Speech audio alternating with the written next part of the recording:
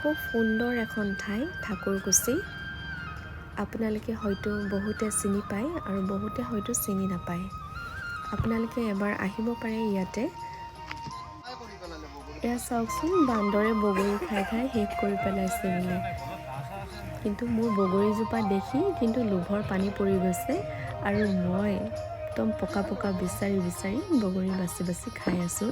আৰু ছিঙি খোৱাৰ মজাটোৱে বেলেগ নহয় জানো।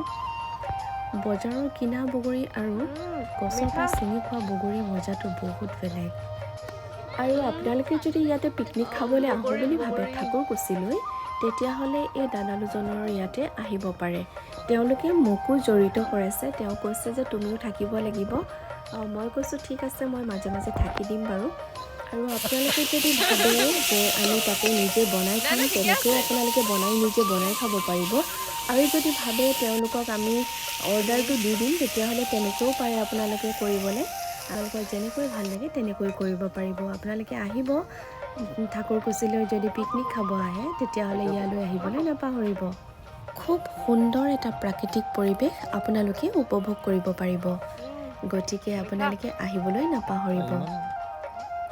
এয়া চাওকচোন, মোৰ আকৌ চাইকেল চলাবলৈ মন গ'ল।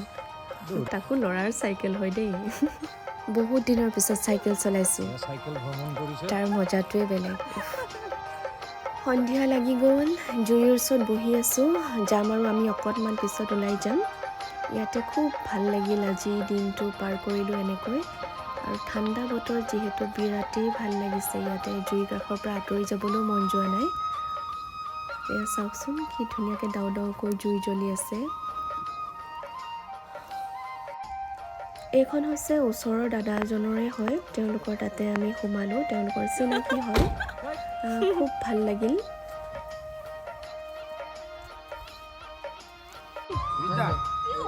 এইকেইটা চাওক না, ইমান মৰম লগা ডগীকেইটা, ইমান মৰম লাগিছে। 3টা আছে, বিৰাটেই মৰম লগা।